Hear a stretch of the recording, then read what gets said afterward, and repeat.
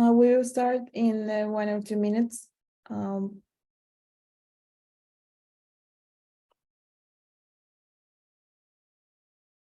Yeah, we still have some people that keep joining, so we wait a bit more.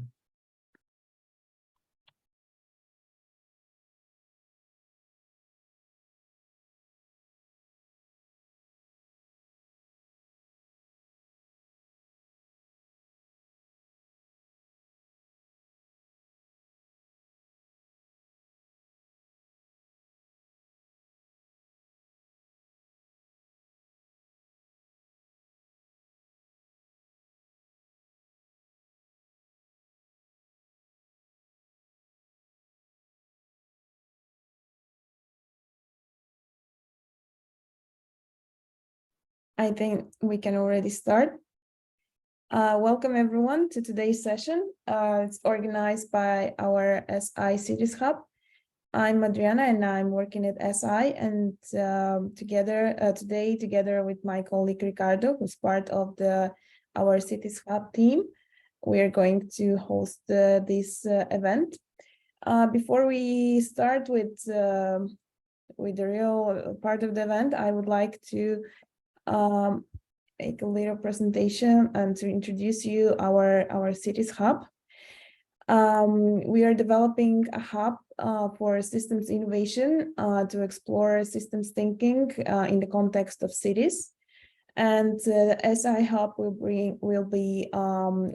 is aiming to create a space for bringing people and organizations together for shared learning about systems thinking in context of urban design, development, and management, and how to apply systems innovation methods and tools towards to deal with complex and wicked problems.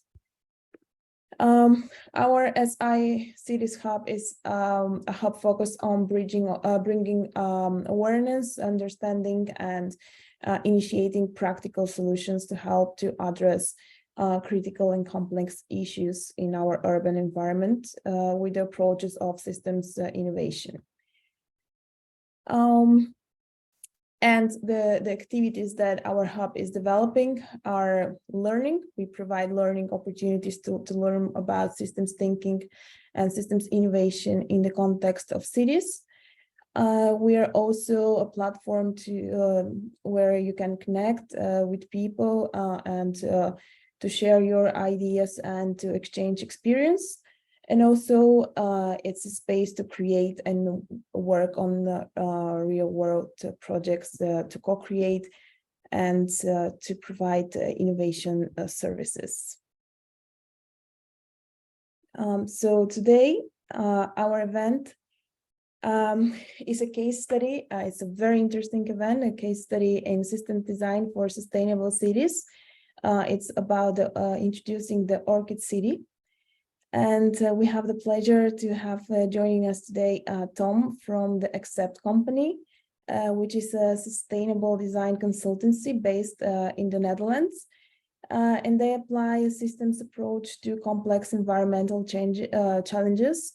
And they have been working on a holistic blueprint for a self-sustaining city, which aims to explore what a regenerative city living environment would be like. And this community is called Orchid City, which is a project they are currently working on developing in different locations around the planet. Tom is founded Accept at the age of 19 with a mission to find systemic solutions for our societal challenges by combining science, business, design, and communication. Now we'll hear from Tom about the Orchid City and about his project. And after his presentation, we will have a discussion, so you can also participate. So now, over to you, Tom. Thank you so much, Adriana. It's a pleasure to be here. I have had the pleasure to speak at a few systems innovation events. System innovation as a group grown very quickly in the last couple of years. Also thanks to Josh, and I think that Josh is now also joined us online. Hi, Josh. Yeah. For those of you that are not yet so familiar with the Systems Innovation Group, I think it's really one of the most inspiring and fast-growing knowledge communities about systems thinking. So I'm very honored to be here and talk to you a little bit about the work that we're doing. So as Adriana mentioned, I started a company when I was 19 years old. That's now 23 years ago, in 1999. And not from the very beginning, but very quickly after the first year, we adopted systems thinking as our core methodology to try to come up with innovations for sustainable development. Now, that's been a long journey of learning how exactly we could apply systems thinking in our daily practice, how we could learn to communicate about it, how we could use it as a way to work with multidisciplinary stakeholders in the process. I'd love to tell you a little bit about that. So I will share my screen. Can I do that? I should be able to do that. Yeah, I think so. Yeah. So here we go. This is us today. We have a group of people that have a team in science and research. Mostly people that are industrial ecologists or physicists or other science-related subjects. We have a design and engineering group, and we have a business and management team. And in every project, they work together. We are now a little bit larger than this, but at some point we were much larger with about 70 people. But time has taught us that a group size of about 20 to 25 is ideal for the kind of work that we're trying to do. So that was also one of the lessons we've learned from multidisciplinary systemic cooperation, that your organization size has quite a large influence on the quality of the work that you can do together. We work with our mostly private as well as some public partners. I would say about 75% private organizations like large companies, project developers and investors, and about 25% for municipalities and ministries and research institutions. And what we do is we help in the very initial phase to help identify what the direction of a project could take by also doing a baseline analysis of what the current state of the system is, then to develop together a strategy for that, usually in the form of a roadmap in time. Then we can develop concepts that sit inside of that roadmap to try to create the milestones to reach the systemic impact that we are looking for. And then we can also, in the spatial sense, design city master plans and conceptual architecture with our own urban planners and architects. And all along the process, we help the project management because it often includes more than 70 or 100 different stakeholder parties that need to be managed and communicated with and so on, which is also something that we've had to learn to be part of our process. Now then, we also give master classes and training, and this is usually a vital part of this entire project. So we do give some master classes and training kind of out of the blue for interested parties, but mostly we actually use that knowledge and those services to help train the teams of the partners that we're working with within larger projects. Our work is applied on the cities and environments, as well as organizations and industrial processes, and that knowledge center that I just mentioned. The partners that we work with are very diverse. They range from very large international corporations like Heineken and IKEA to small local municipalities, research institutions, and other kinds of partners that work here. So these would all be clients, so they would be a source of funding for us. But very often it also works the other way around, where together with those partners, we can go and create consortia and communities. And together with them, we can apply for additional resource funding or business models to support those cooperations. Our projects are quite diversely located globally. I've been incredibly lucky to have been able to visit all of these places and work with people on the ground to learn what sustainability really means for that region, for the people that work there, for the organizations that are there. And it's very educational to learn that really sustainability has so many different faces and so many different ways of manifesting itself, depending on what part of the world, and then also within what subculture or what kind of slice of the pie you end up with within the different cultures. And to take that knowledge along and to apply that in other places, sometimes moving things out of their original context and transferring that knowledge across industries or across geographic locations or across different stakeholders. So today we focus on the challenge of sustainable cities and the reason why system thinking and system tool sets are so important for urban and sustainable spatial development. And that's really, if you really kind of start collecting a lot of knowledge and research about what is happening with our built environment, you're going to be encountering a range of different things. One, of course, is climate change. I don't need to tell you that much about that. I'm sure you're all quite well informed about that, both on the output level for the CO2 carbon footprint, and also as the effects of sea level rise and extreme weather events that is affecting the built environment, both in a rural setting as well as an urban setting. Then we've got the impact on ecosystems and biodiversity, which is partially driven by climate change, but also partially by many other processes within our industrialized culture, where we're seeing habitat loss, species extinction, and issues that are going to be confronting our agricultural production systems. That also leads to food shortages, part of the resource challenge, where energy, water, and land are really resources that are in short supply, which are then affecting the supply chain and the feed background of how we operate our cities. Then we've got the economic challenges, where we have a lot of infrastructure and mobility, especially in developing areas where infrastructure is still immature, but also the need for equitable finance in the process. Well, the FIFA Qatar World Cup may be one of the best examples at the moment, how that can go very wrong, as well as the creation of sustainable and ethical jobs. And we have the social challenges, quality education, affordable housing, aging population, and so on. And the built environment is really a place where these things all come together. If we're able to re-manifest the way that we live together within specifically urban environments, we can have a massive impact on all of these at the same time.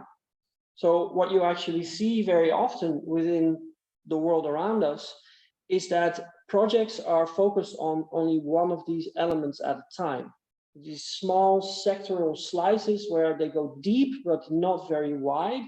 And for example, projects that are entirely specifically geared towards biodiversity creation, or just energy, creating renewable energy.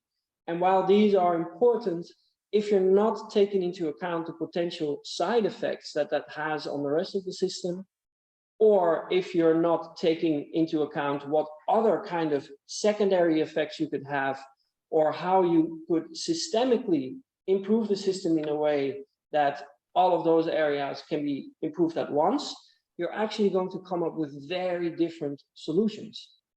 And we're seeing increasingly that the need for speed, our need to accelerate, really demands of us that we start adopting these systems thinking approaches within every major decision-making layer of how we establish our cities. So both on the public side as well as on the private side. And something that perhaps some of you are aware of is that the real estate market, which has been one of the more stable ones, of course, because it's bricks and mortar kind of things, but it's been destabilizing quite rapidly. Of course, we had the housing crisis of 12, 15 years ago, but at the moment, the foundations are also shaking, and especially also in Asia, where there is a domino effect happening, because the long-term investments are not secure anymore. That has to do with certain financial structures, but it also has to do with the fact that if you start building something now with the ideas of now, by the time it's actually opened and realized, very often it's already outdated and the market has moved on. And that's also part of resilient and sustainable building, is that you build things that can adapt with themselves as time continues. So in order to do that and to address these kinds of challenges from an integrated systemic perspective, we developed this framework called Symbiosis in Development.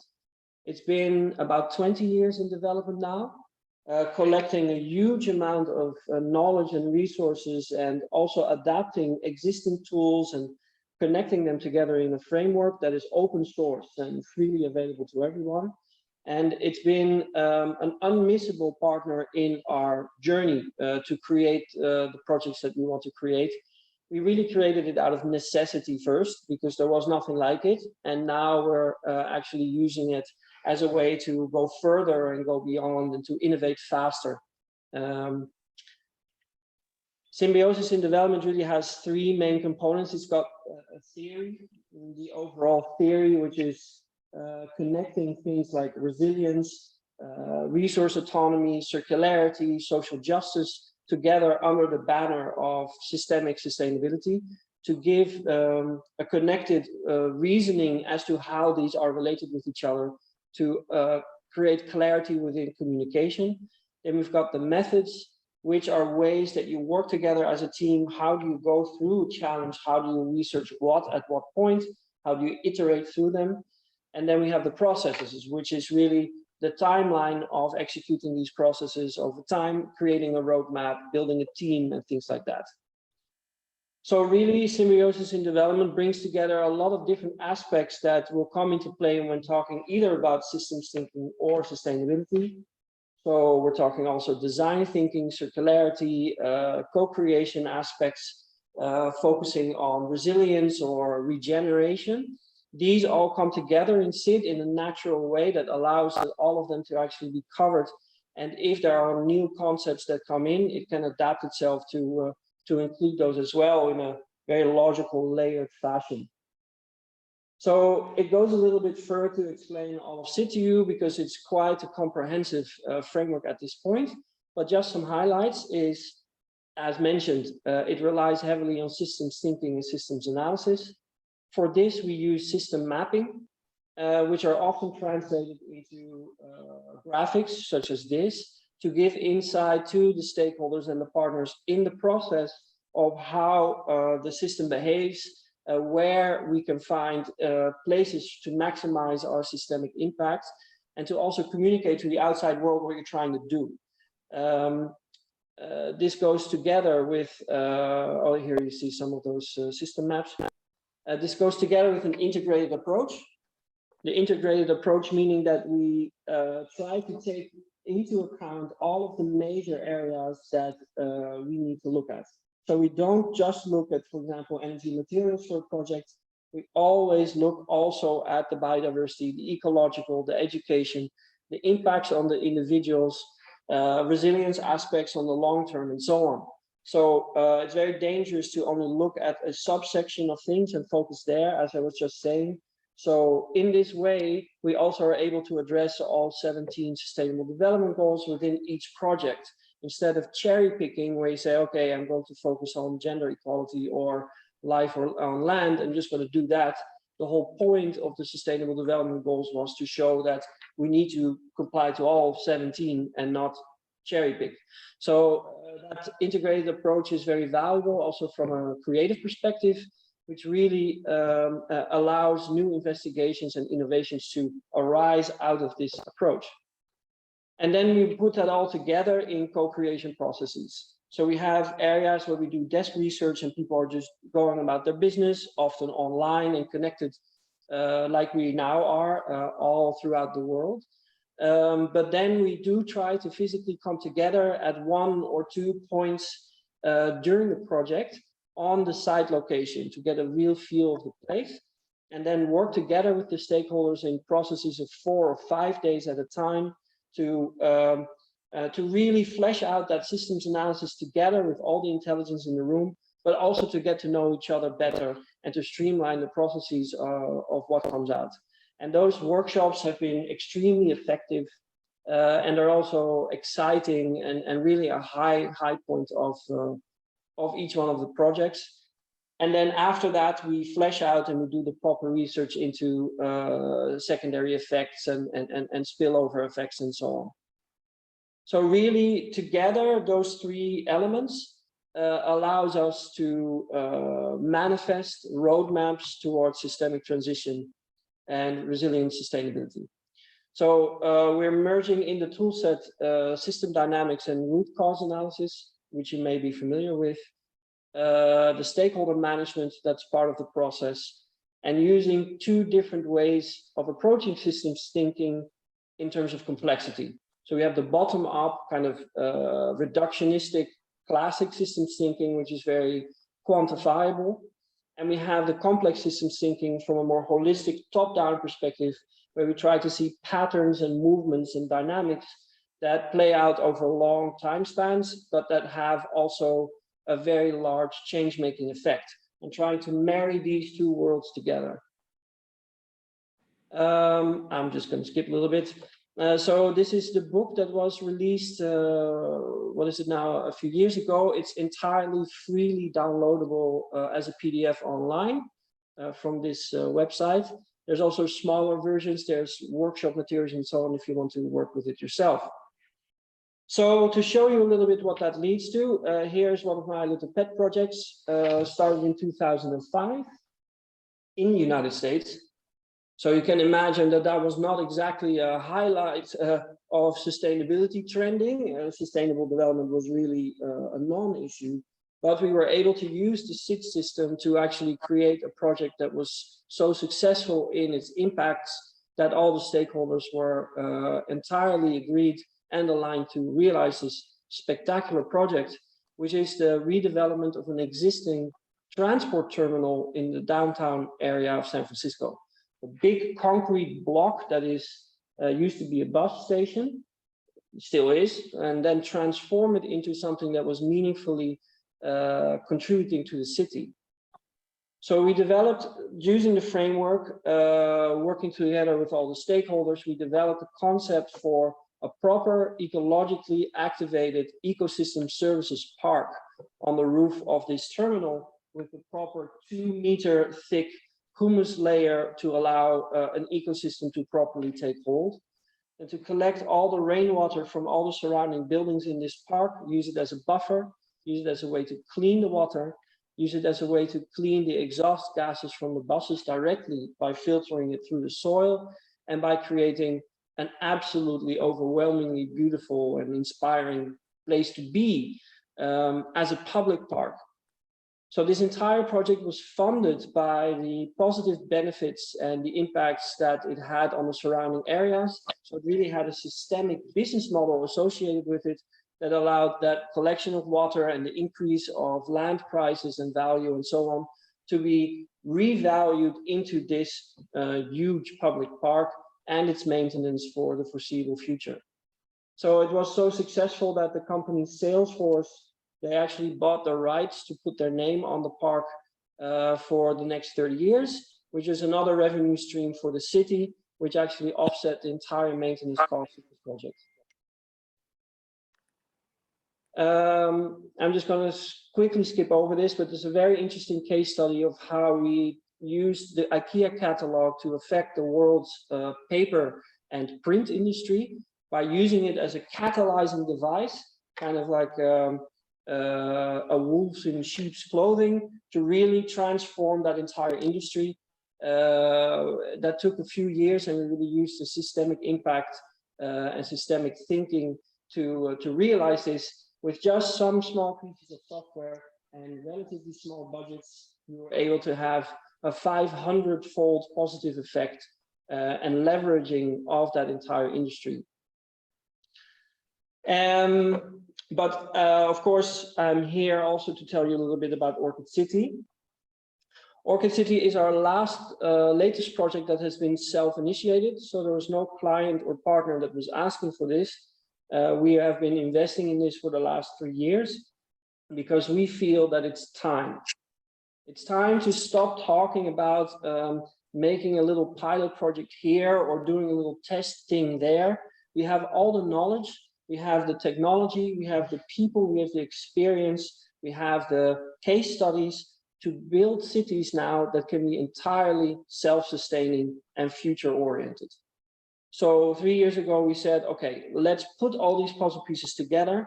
Let's bring together an international partnership of organizations that have some of those major puzzle pieces and start formulating a framework for the development of these completely regenerative and entirely self-sustaining city models. So here you can see that Orchid City really tries to address all of these things in one go. And it does that by creating a living environment that is self-sustaining, not just in terms of, let's say, energy production, but all of the major life functions that we need in our built environment. That means living and housing, yes, but also all of the education, all of the production, both the energy, water purification, waste management, food production, durable consumer goods such as clothing, textiles, ceramics, and things like that. That also in turn produce jobs, just as many jobs as the whole city actually needs. So it's being self-sufficient from an economic and an employment perspective. And to combine that with entertainment and healthy working environments, all connected together within the fabric of that framework. These are some of the partners that we are currently working with. I see this is an old slide. It's kind of doubled now. It goes very fast as we are traveling around the world to collect potential partners and places to establish this. So some of you may have heard of the project NEOM. NEOM, the line, which is supposedly a sustainable city to be built in the northern area of Saudi Arabia. It's a big prestige project to build a city of a glass wall, really of 100 miles long through a mountainous area. Now, if you really on the surface look at the ambition where they want to build an entirely self-sufficient and sustainable city in the desert, the foundational principles of that project in Orchid City couldn't be more different. So here we are looking at wanting to realize a city that's actually affordable for everyone, something that works entirely in symbiosis with the environment and the nature and the context where it is built. That means it will look entirely different depending on whether or not it's in Vietnam or whether or not it's in Brazil or in the Netherlands, where also the size and the scope of its programming and so on changes and adapts to whatever is needed on that local basis to basically create a city that would be normal in 2050 when we've tackled all these problems. Let's just imagine and hope that in 2050 we've tackled all of this and this is kind of just run of the mill. Then basically we're not building a utopian city, we're building a normal reality from 2050. And being affordable is incredibly important in that entire process. So some of those components are from the SIT system that are the autonomy, the harmony, and the resilience parts. From an autonomous perspective, we want to provide all of the major services and all of the essential resource needs that a city needs to be able to healthily survive.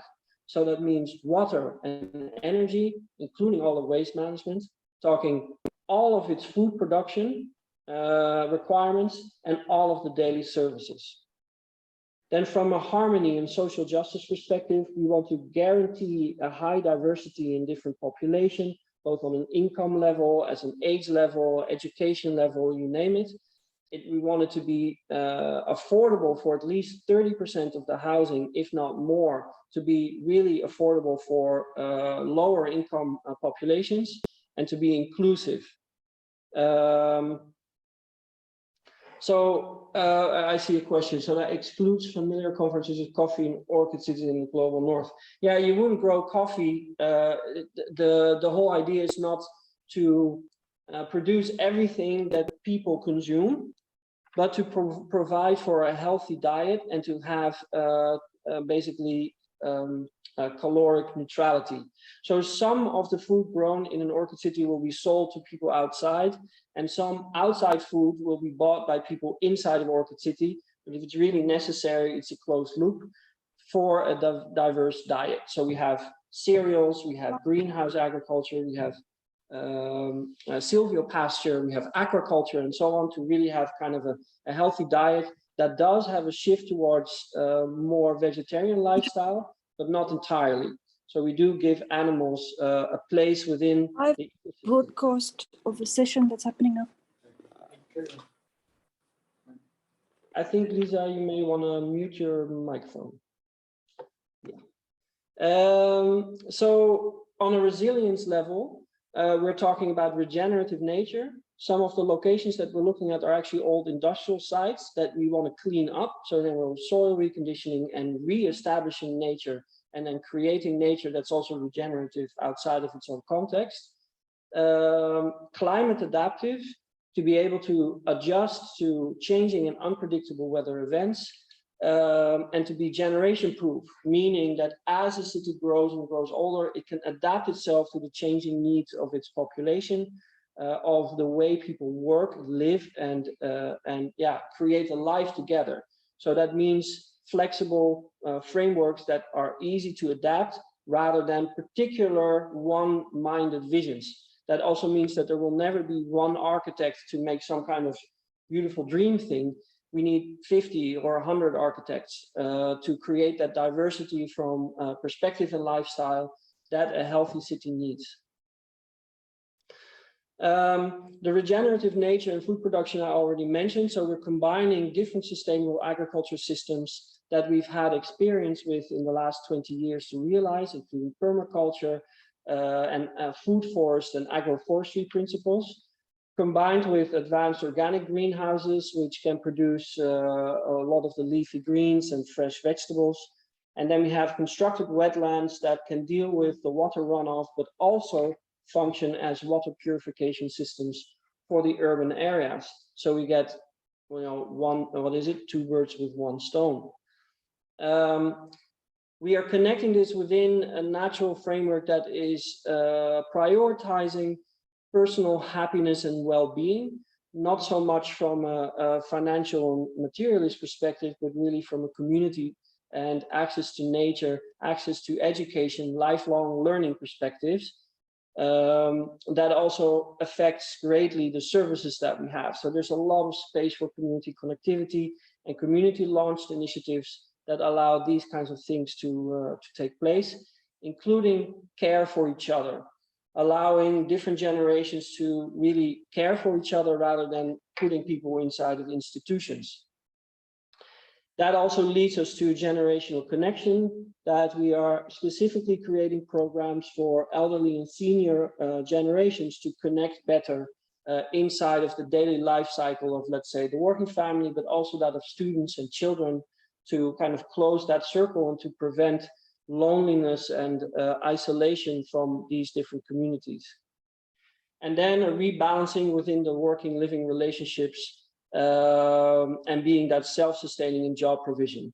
So we have a certain amount of layers, we have a certain amount of jobs for high educated, for skilled workers, but also self-identified and self-created, part-time as well as full-time. And this is not something that we in the beginning completely figure out and then try to project on it.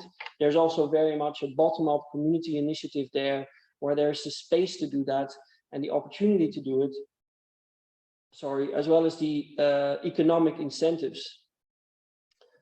So from a resource circularity perspective, we basically create an entirely circular system for as much as possible, which is mostly based on ecosystem services.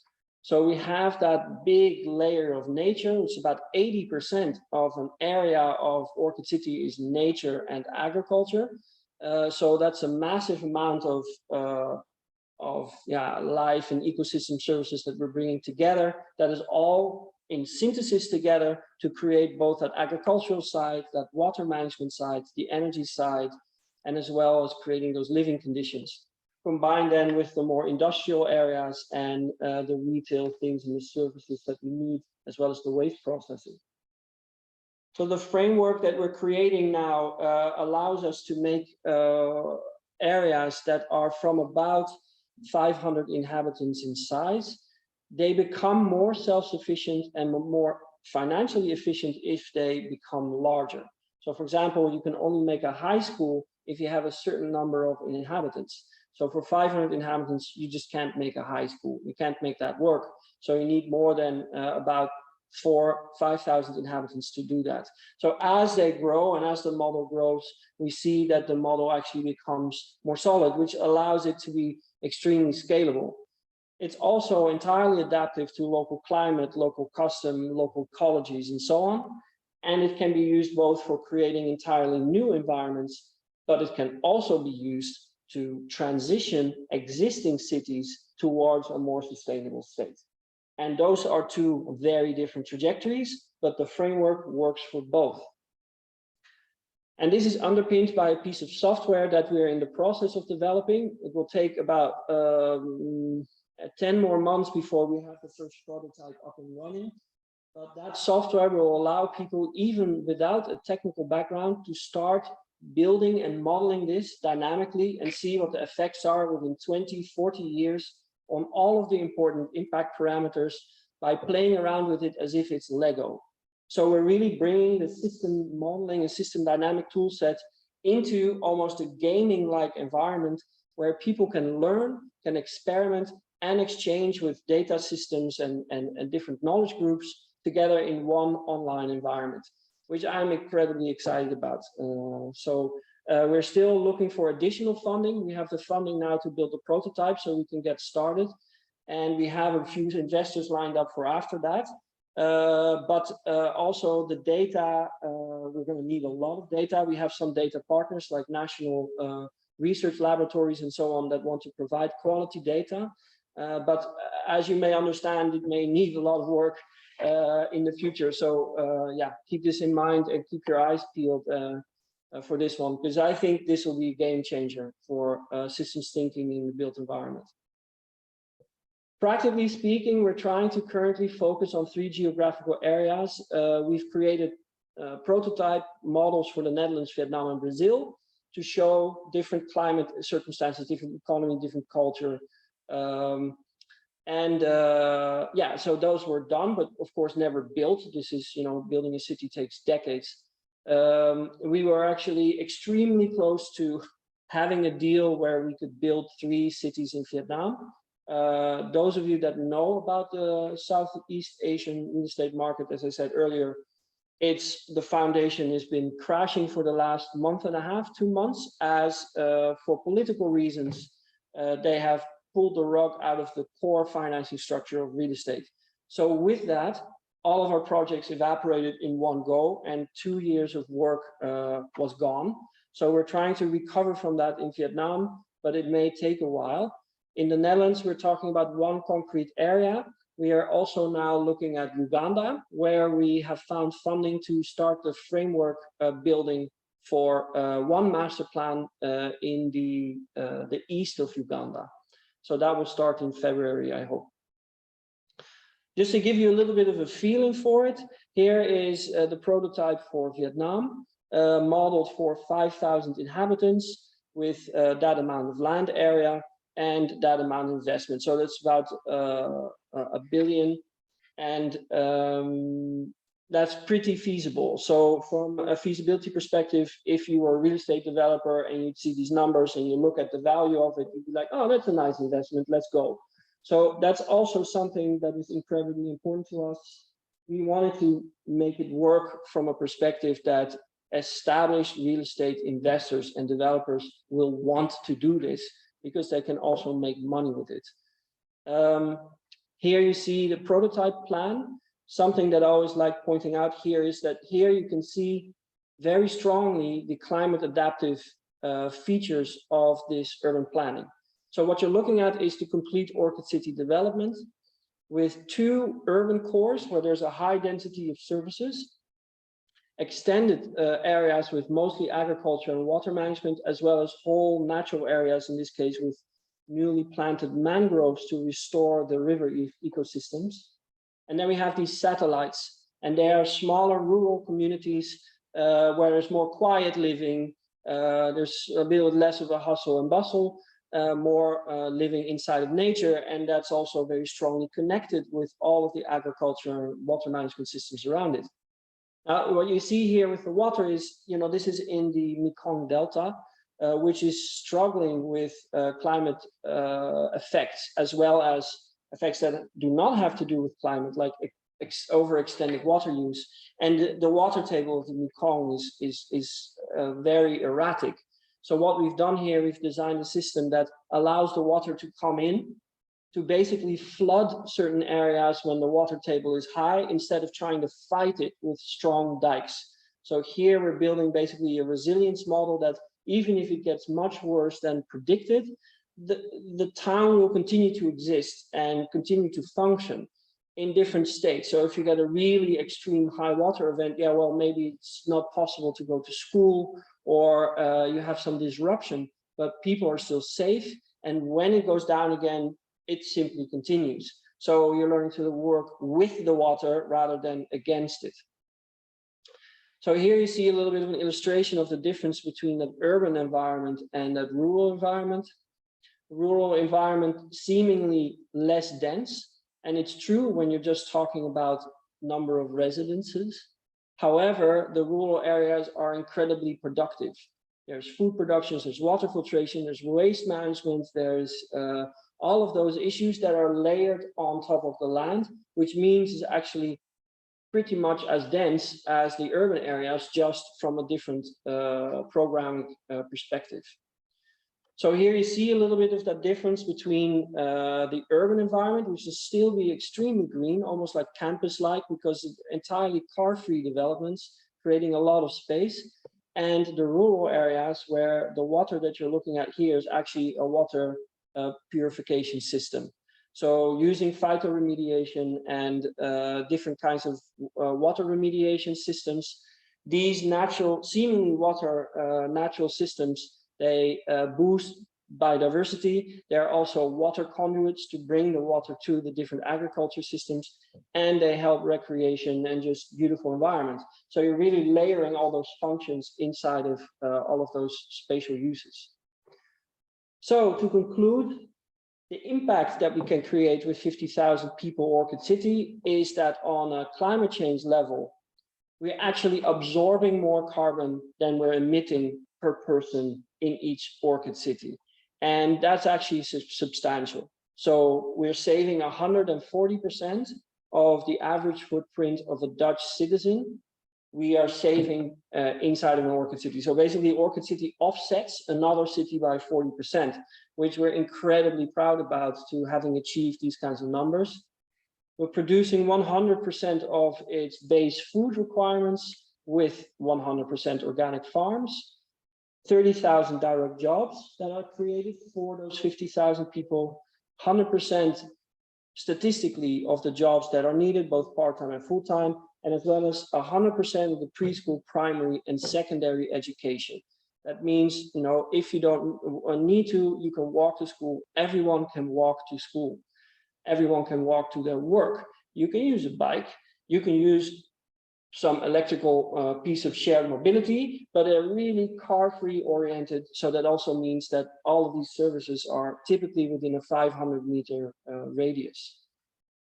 Economically, I already said earlier that they are very feasible, investable projects. They also contribute a lot to the local economy of the whole area around it in the region. So we're talking about 7 billion for such a size of a town, added to the regional economy, and then 1.2 billion every year added on top of that during its operations. And then we've got massive amounts of land regeneration and the reduction of NOx emissions, adding wild nature and water, and a very important one, restoring beyond 100% of natural background biodiversity on site. We're working with the ecologists to actually achieve that, and it will take time, but that seems to be feasible by doing it in this way. So that was a bit of a dense presentation. I hope I've been able to give you a bit of a feeling of how we use systems thinking and systems approaches to approach the built environment. Not every project that we do today is an Orchid City. We also apply this knowledge in a more limited way to try to help others to lift their projects up to a higher level. But Orchid City is really where we want to go. We see it as the dot on the horizon for us. And even as an organization, except we may be absorbed within the Orchid City framework to ensure and to focus entirely on making sure this will actually happen. Wish us luck with that. So you can find some more information on orchidcity.eco or on accept.eco for all of our other projects. So there's about 300 documented use cases now on accept.eco, and as well resources for Symbiosis in development, SID, and the book you can find through accept.eco. So let's leave it at that. Are there any questions? Yes, thank you, Tom. Thank you so much for the presentation and for all the details you share about the projects. We had some questions in the chat. I would like to invite the audience if they want to unmute themselves and share their question.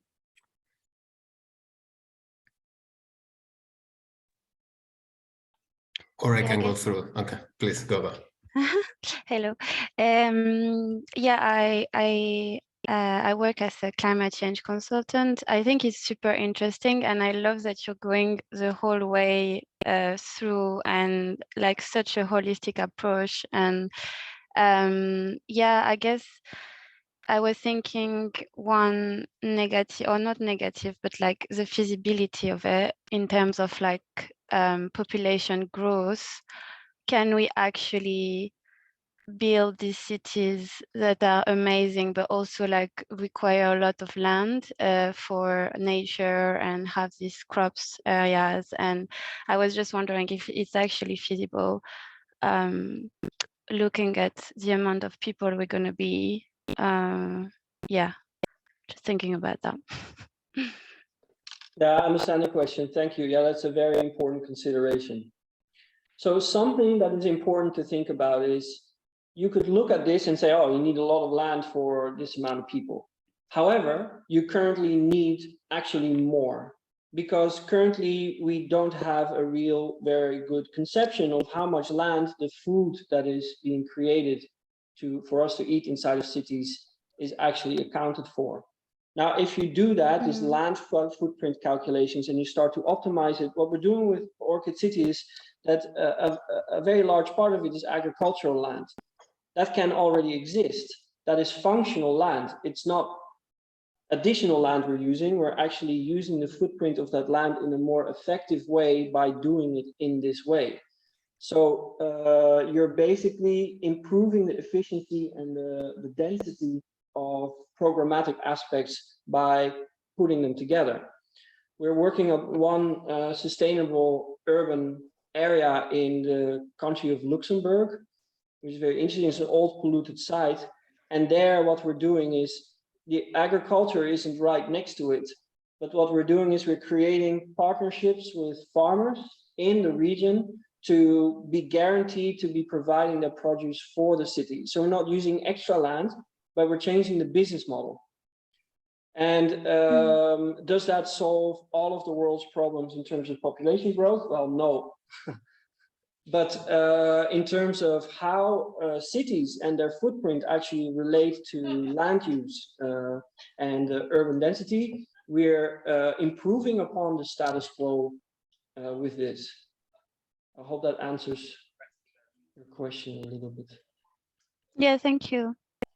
Yeah.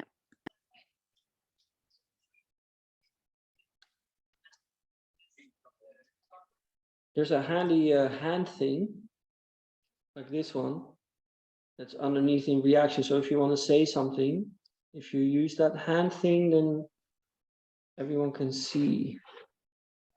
Is there anyone else that wanted to ask a question? Otherwise, we have some questions in the chat. Actually, we have like one from Anna. We have a couple of questions from Anna.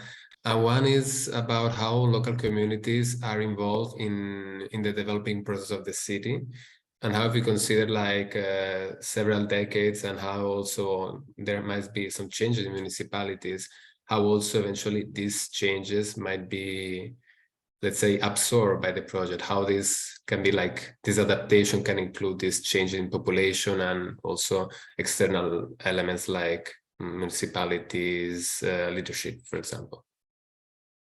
Yeah, so there's a marked difference between building a new city from scratch, like the kind of projects we were looking at in Vietnam, building an additional neighborhood to an existing city, which is a different context, or transforming an existing urban area. Those three are quite different cases. So in the first one, you basically, you have local stakeholders, but you don't really have an existing community. What we do in that case is we involve potential future users from an early stage in the process. Of course, the stakeholders on a state and national level will always be involved. That's just something that's automatically part of that process. So stakeholder involvement is an important process there. But the other extreme is if you're transforming an existing community, then the very first thing you do is actually start talking with them and involve them into the process. So there's various of those processes. They can call them participation or involvement or whatever. But in every case, we're trying to optimize how much agency the community actually has. Not just ask them questions, but also give them decision-making power. And that is a challenge within different cultures. But so far it's been reasonably successful. And that transfers into the second part of that question, is how do you then deal with things like local decision-making and municipalities and things and changes in the future? Is what you're hoping to create is a participatory, activated community that actually has a right and a say in how things are managed, what the future changes are, and it's their neighborhood. It's not ours in which they live. So we try to create these systems that work within the local legislative context.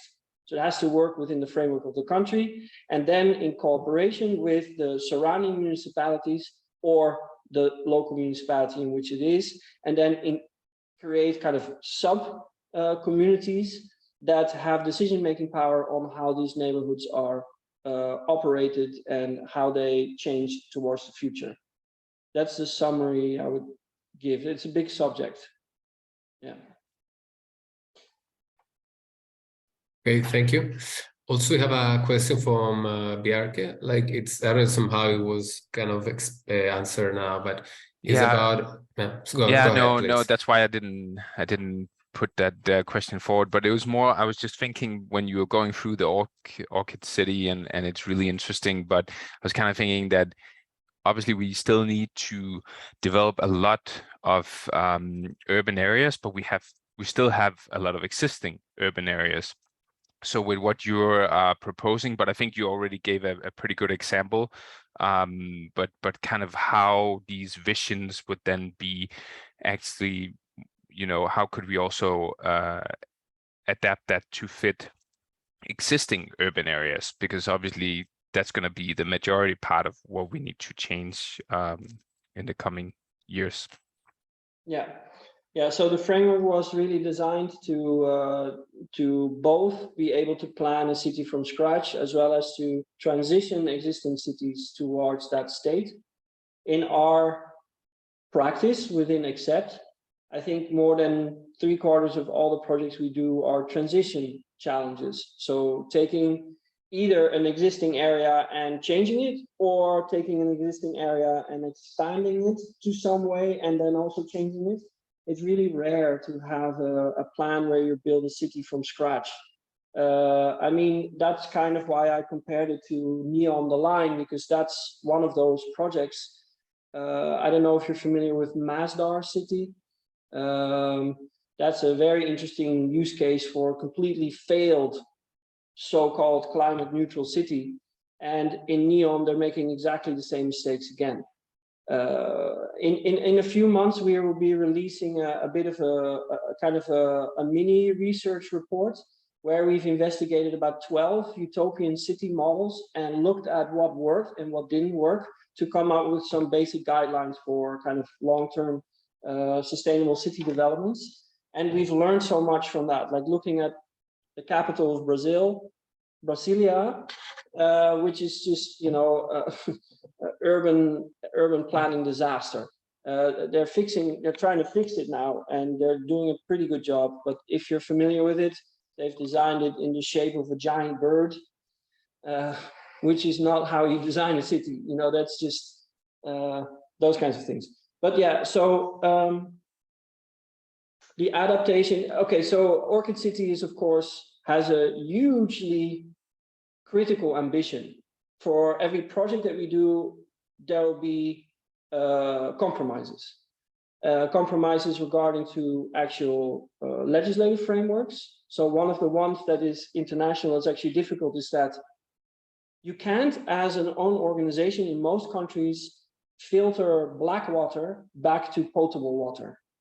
It's not allowed, and there's good reason for that, because, you know, there could be traces of medication in there, and so your water purification system needs to be completely government certified and so on, which is not allowed to be in private hands.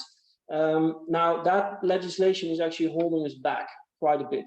So in different contexts, you need to push for that legislative change, but until that actually happens, you can't do it. So you can put in the installations, but then you're investing in something that isn't yet activated. So there's a lot of these kinds of nitty-gritty details that will kind of move these projects across the map. But I think as a, let's say if we achieve 80% of the potential of an Orchid City in an area, we're still doing way better than the most innovative, sustainable projects that are currently being executed.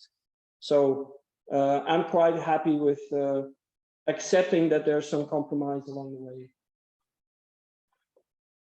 Thank you so much, Tom. We have time for maybe just one more question. So maybe Manon, if you want to make a question or share. No, I just wanted to ask if we have a concrete example, or everything you talked is amazing, but did you implement it yet, or is it going to be done in the next year, or what's happening? Like, yeah, I maybe can build on the question. Hi, Tom. Amazing presentation. Yeah, I was wondering if you go more into implementation, and yeah, more question on us system thinkers and sustainable / systems consultant. How yeah, how can we support such a project, and in what yeah, framework and in terms of time horizon are you planning to implement such projects? Yeah. I think I can answer both of them in the same go. Very good to see you, by the way, Daniel. It's been a long time. Yeah, likewise. So, as I mentioned, creating a city takes decades. We started creating the Orchid City framework 3 years ago. We, in the past, I would say, let's say a year, we arrived at a point where we can't do any more useful research without having an actual practical location. So we took those 3 pilot locations and created pilot plans to push it as far as possible and to calculate the full feasibility, as well as from a finance, as well as from a carbon footprint and balance perspective and so on. But you can only do so much if you don't actually have a location. As you can understand, finding a location to build or adapt a city like this is not something that you can go out and find on the street. It takes a long time. So we are actually busy with about 10 of us going to conferences around the world, talking to real estate developers and investors, talking to European funding agencies, everywhere where we can ring a bell. And there's two main questions for us now. One of them is, where can we do this? So it doesn't have to be the 100% one. It doesn't have to be one for 50,000 people out of nowhere, but there's tons of neighborhoods being planned currently everywhere. Even in the Netherlands, which is very densely populated, we need to build 500,000 new houses within the next 30 years. All over Europe, all over Asia, all over South America, North America, Africa, the Middle East, there are housing shortages. That means that introducing this as a way to help fix the housing shortage, but also have a realistic real estate project that can help to offset that, is what we're trying to do. And that's in the middle of the process. So I mentioned earlier that we were very close in Vietnam. We actually had a contract signed for 3 locations and about $10 million in master plan development fees. And that would have allowed us to develop a master plan within 2 or 3 years. That's how long it more or less takes. And then that includes government approval. So at the end of those 3 years, everyone's aligned, everyone's okay, the money is there, and you can actually start constructing, doing things. Then it will take another 2 years for the first phases of construction to be done. About 3 years if you include the typical time overruns that happens with projects like these. So then you're kind of 6 years into the process, and then you need, in a phased way, to build the rest, because you never build everything at once. You start in a certain phase and then you expand and so on. So the total development timeline for a city from scratch like this, if you do it really well, is about 10 to 12 years. And there's no way to do it any faster. That's simply just how it is. So for example, the project in Luxembourg that we're currently working on, where no one has even touched the soil, is already running for 6 years, and there's no real master plan yet. We were just involved in the last couple of months to help streamline the process, but these projects, they take a very long time. So the second thing that we need, that we're currently trying to find, is very down to earth, and that's money. Because we have a staff of 25 people that are very dedicated on working on this, we need to get money from somewhere. So we hope to get money from the real estate developers who financially stand to gain the most from this. But with the housing crisis being so large in nearly every country, the real estate developers are in such a comfortable position that they don't need to do anything at all. Like, they can just sit back and do whatever it was that they were doing before and still make tons of money. So we need to find ways to leverage the additional benefits of Orchid City in a way that the real estate developer becomes happier. And that's always about money. But money, not necessarily the direct way. There's also things like market share and so on. But the real estate developers that we've been talking to that are actually eager to execute Orchid City, they always have another reason. For example, they're owned by a family, and the family has different values. The family says, no, we're actually considering the future of our children, and this is something important to do. So yes, we want to make money, but we also want to do something that in 10, 15 years actually benefits society. And that's kind of where our financial trigger is for them. Is our argument is, if you start building a normal city now, in 10, 15 years, when it's really done, it's going to run into climate change problems already. Urban overheating, water shortages, and so on. If you build this, you actually create an investment that will be valuable for a longer period of time. But as we live in an economy that is entirely on short-term revenue, even the investors don't even care that it's worth more after 10 years. They only care that it's worth more after 2 years or after 3 years. So that's really a big puzzle for us. So we've been trying to find financial resources to keep ourselves going. And yeah, we're not unsuccessful at it, but I have to say support from European frameworks or from, let's say, larger philanthropic organizations, that would be very welcome, because we've been doing this for 3 years now out of our own pocket. And yeah, you can understand that those pockets are not infinitely deep. So, I mean, that's very boring, but yeah, so we're looking at locations and we're looking for money. So that's the process now. So, and the question on how someone like yourself or people can get involved, well, this is what we're doing.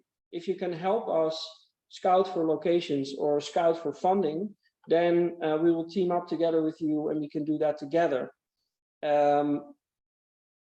If there are people here in this community that's currently listening that have specific knowledge and experience about creating urban environments within the African context, as I mentioned, that project in Uganda, that master planning trajectory seems like it will be starting in February.